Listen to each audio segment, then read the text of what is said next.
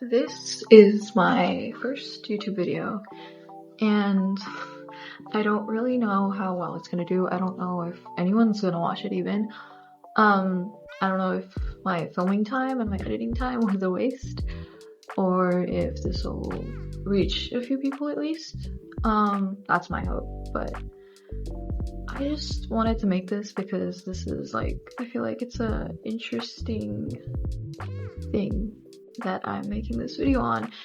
And when I looked for resources about what I'll be discussing, I couldn't find any, so I thought I might as well become a resource since I took the exam that I'm going to talk about, and I think I have some valuable information that people deserve to know.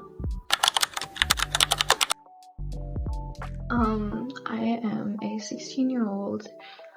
I would technically be in junior year right now, but I took this exam and I skipped 2 years of high school. And it's kind of funny how so little people know about this, because I feel like more people should know about it, because it is truly kind of life-changing if you do it, but if you do it correctly and properly, and you know the risks and the benefits that come with taking this exam. Basically, this exam was meant for child actors who wanted to get out of the school system earlier so they could get more work. I'm pretty sure once you get the high school diploma that this exam offers you, you're treated like an adult in the acting industry. So that means companies aren't as liable as they would be if you were a minor, so they hire you more. And so a lot of actors used it to get out of the school system. The downsides though are, for me, there weren't many, because I was gonna go from 12th grade, I would probably go straight to a community college anyway. But if you're planning on going from senior year to directly a 4-year university, that will not be possible if you take this. You have to take community college after this, because I'm pretty sure for 4 years there's a set amount of requirements of classes that you need to take, and it's just not possible to take all those classes before you exit, if you exit. So you can't take all those classes in the 2 years you would go to high school. You have to take community college to make up for that, but it's cheaper, and you can still do general ed, and you can do your major classes all in community college. So I think it's cheaper and it's easier and it's faster, so I would have done that anyways. So this was a perfect option. Trust me, college is much easier than high school, at least the high school I went to. I went to Whitney High School, which is the #1 high school in California, and it's full of nerds, and it's hard. It's pretty hard. It's really hard, and I was struggling. I did not like it. It was a lot of pressure, and college is definitely easier than that, at least community colleges. So what exactly is the HiSET exam? It's an exam in the US that you can take to basically get a diploma. So there are a few requirements. You have to either have completed 10th grade, or you have to be 16 at the time that you take the exam. For me, I was in my 10th grade year, and I was 16, so I took it. Once you have the diploma, you don't have to go to school after that. You can just go to college. It tests you on 3 different areas: reading, writing, and math, and they are all separate exams except for the writing, which includes an essay and a grammar portion. So for the math, it's algebra. It's not any calculus at all. There's no calculus. They will give you a basic calculator, and you can also, if you're going to a test center, you can also bring one, a physical calculator, but I'm pretty sure they have strict restrictions about what kind of calculator it can be.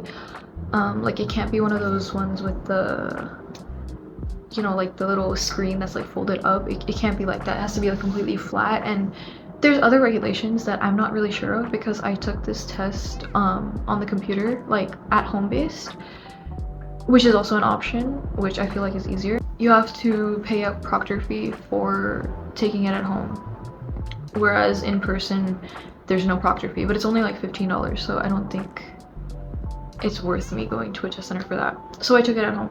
Besides the math, for the reading, oh yeah, the math, it has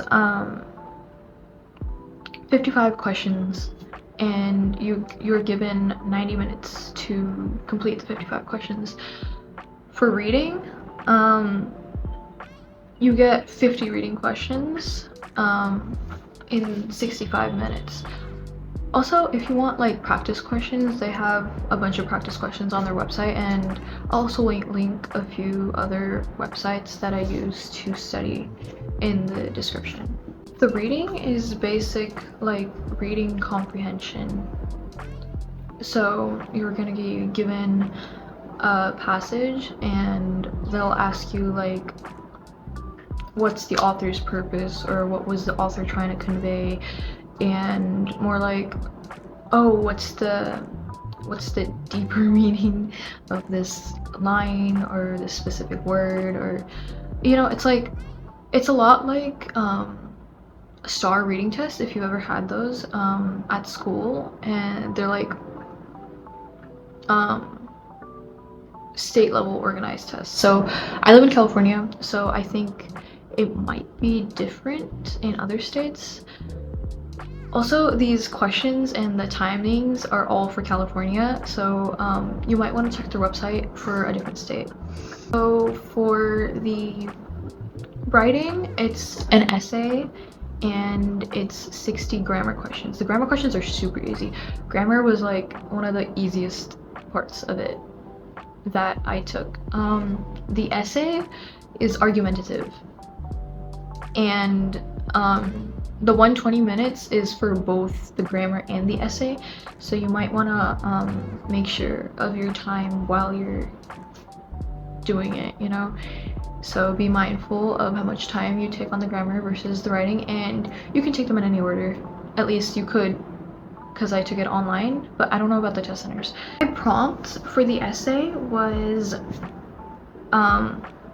does multitasking have more benefits or more cons, and explain like your stance based on the passages given. So they'll give you like 2 or 3 passages, and then you have to use evidence from the passages, and you have to use your own experience to basically create an opinion and argue your stance.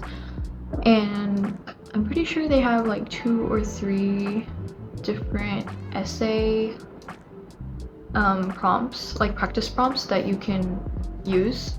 So yeah, although there are like around 50 questions or more for each test, it's scaled on a basis of 20. I don't really know how they curve it, but you'll be scored out of 20 even though you answered like 50 questions. So for the math, reading, and writing, you need a 15 out of 20 to pass, at least in California you do. And the writing, the 15 out of 20, the writing, that only applies to the grammar section of the writing. So for the essay, you need a 4 out of 6. The essay is graded separately, and it's graded on a scale of 0 to 6, obviously.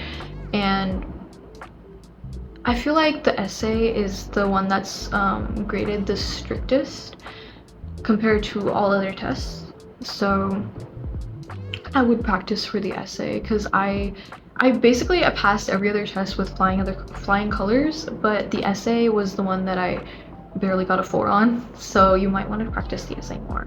There is a fee to take this exam. It's like $150-ish. It's a little bit more if you take it at home. It's like $15 more per test, but it was honestly worth it for me. If you want to check out more about it, I'll link the website in the description, and you can like read more about it. For this proficiency diploma that you would get, it gets mailed to your address within 3 months of taking the exam. And also the website that proctors the exam is like notorious for having very bad customer service, and also taking a while to ship out your proficiency diploma, but it's okay because they do email you a letter that basically states that you have a diploma now and you can use it. So if you want to unenroll from your school, you can just send that to them and they'll be fine with it, without you having to actually have the physical diploma.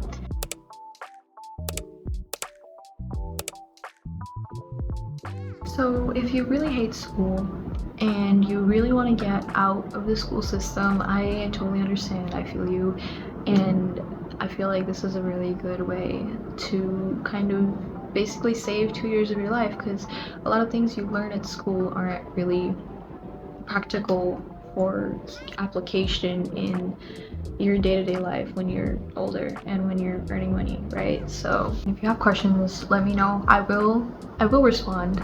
I'm sorry if I was a little awkward because this is my first time talking to a camera. It feels kind of weird. This is just random stuff and me yapping, but I want to make more lifestyle content and like aesthetic vlogging, so let me know if you'll be interested in that. I know you don't really know me that well. I just made this video because I thought it would be informative, but if it gets a good reception, I might continue making videos. So yeah, thanks for watching. Bye.